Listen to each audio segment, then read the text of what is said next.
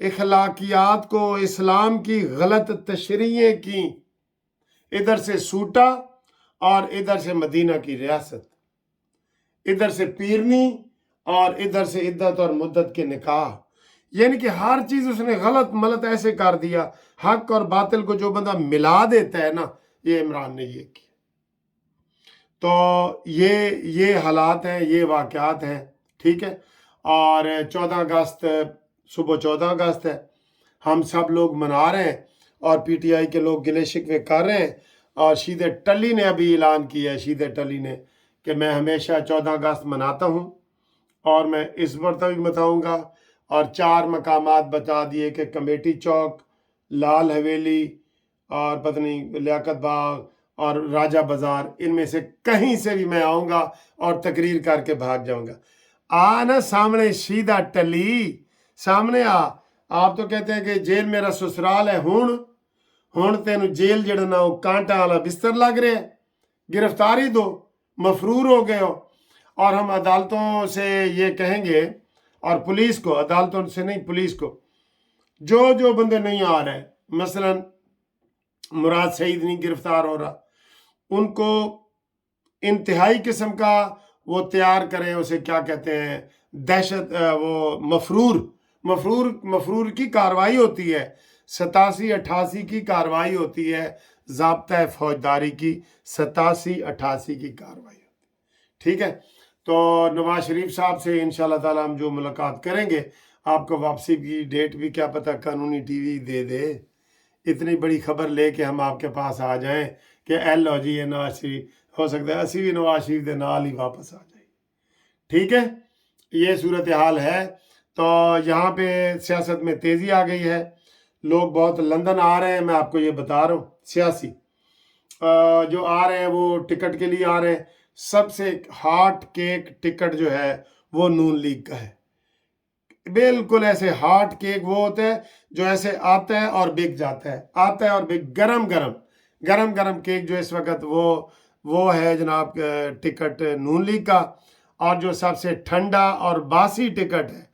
ٹھنڈا اور باسی، وہ ہے پی ٹی آئی کا، اور پوٹی آئی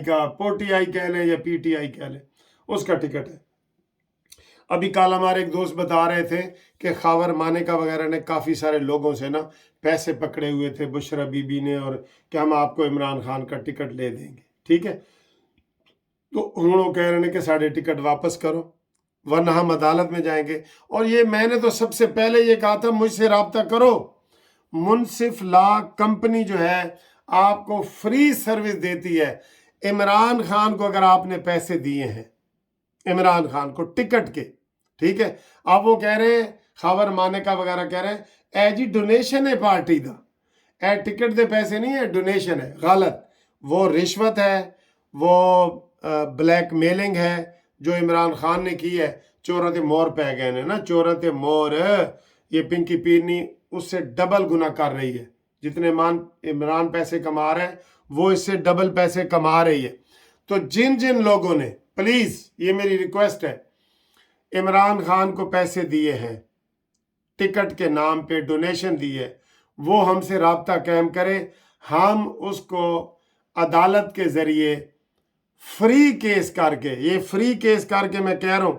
ان کو ہم پیسے واپس دلائیں گے، اور ان کو کہیں گے کہ اے جی اے ڈونیشن نہیں سی، یہ رشوت ہے، یہ بلیک میلنگ ہے۔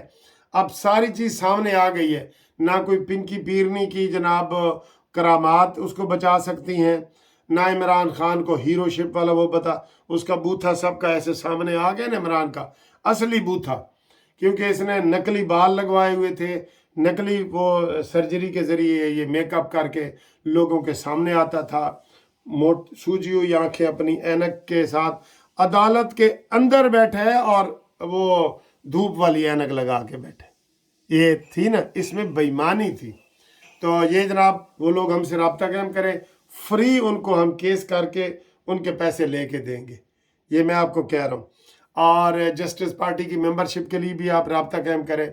0300472572، منصف اوان ایڈوکیٹ سپریم کورٹ اور قانونی ٹی وی، اس کو سبسکرائب کریں آج سنڈے تک میں نے بتایا تھا کہ مجھے صبح تک نا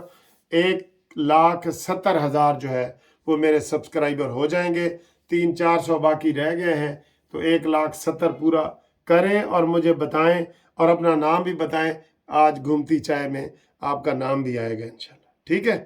اللہ حافظ.